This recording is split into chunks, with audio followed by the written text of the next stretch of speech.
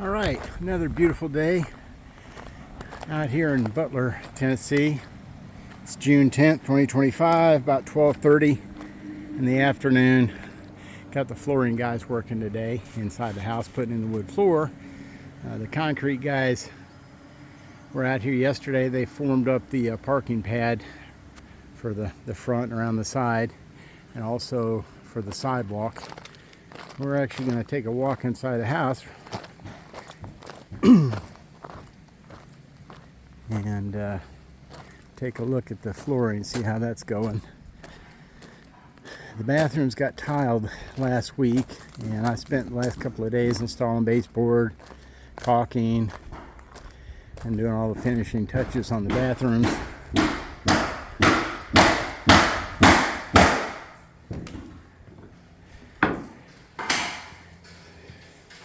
So that's the wood flooring. It's looking pretty nice, actually.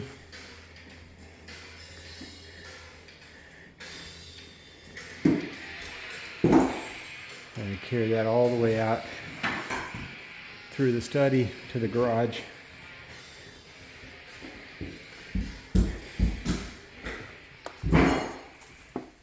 Anyway, we're going to take a look at the master bath. I did a lot of work in here in the guest bathroom over the last couple of days. I installed all of the baseboard that you see, and then caulked all the joints and all the seams. And we finally got the pocket door frame installed. The only thing that's missing on that is the latch. This latch was put on backwards. That was knob was on the other side, so I turned that around. But there's no hole in the door jamb for the latch to recess into, so there's no way to latch that. So we got to get with Clayton Homes and see if they can get that fixed for us.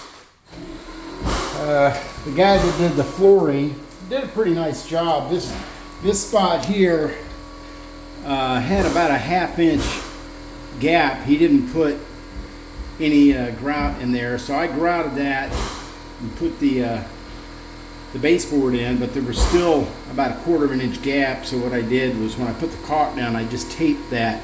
So now I got a nice 1/8 inch line that matches the rest of the tile in here, and it actually came out pretty good. Got all the toilets installed, and installed the knobs on these 3 cabinets here. And I got to also take some caulk and go around the base of the tub.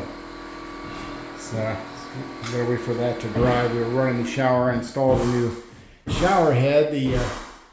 The pipe coming out of the wall is so high that my wife can't reach the shower head. So she ordered this one that hangs down, and now she can reach this shower head here with the wand. But then I got to fix that trim right there. The guy was out here last week fixing trim and fixing the casing around the pocket door, and he missed that. Oh, the other thing too, in this closet here, it's a pretty deep closet. It came with 12-inch shelving. My wife wanted some deeper shelving, so we went and got some 16-inch shelving, which actually kind of makes sense. It's a big space in there, but lots of space. Anyway, take a walk to the other side of the house. There she is. And then we're going to take a walk outside when I get down to here, because I have to dig a trench for the gas, which is supposed to be installed. So in here, same thing. The tile, by the way, the tile in that other bathroom, the pattern matches what's in the shower. It matches it pretty well. But again, I put all the baseboards down in here, caulked the top and bottom of the baseboards, installed the toilet here. There was a spot here behind the water line for the toilet, and I installed the tile, left a big gap there. So I went ahead and mixed up some grout and filled that in. I do need to run some caulk there to kind of clean that up. But yeah, the tile looks really nice. And these toilets, by the way, these toilets are Kohler brand toilets.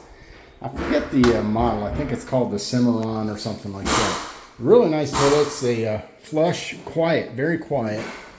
I finally got this outlet here that Norris Homes, who builds the homes for Clayton Homes, had that outlet behind this faucet. I don't know what they were thinking when they did that, or maybe they weren't thinking. Anyway, I had Clayton Homes Tech move the outlet over here so it's away from the water source. It is a GFCI, but still, why they would put that behind the water faucet is a mystery to me.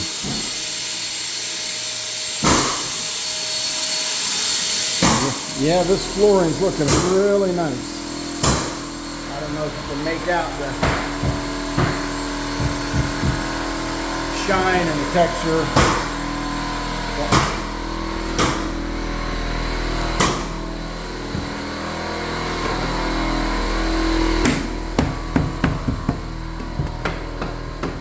All right, stepping out back here.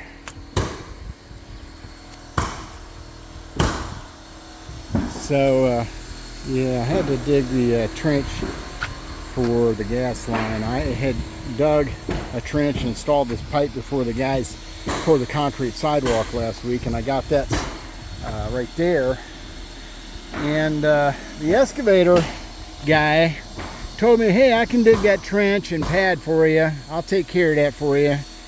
And then I just found out this morning, text him. I asked him, hey, what's going on? Are you going to be able to get this thing dug for me? Because I got the gas company coming out Thursday, which is in 2 days. And he said, no, he's on another job. He won't be here this week. So I had to do this by hand.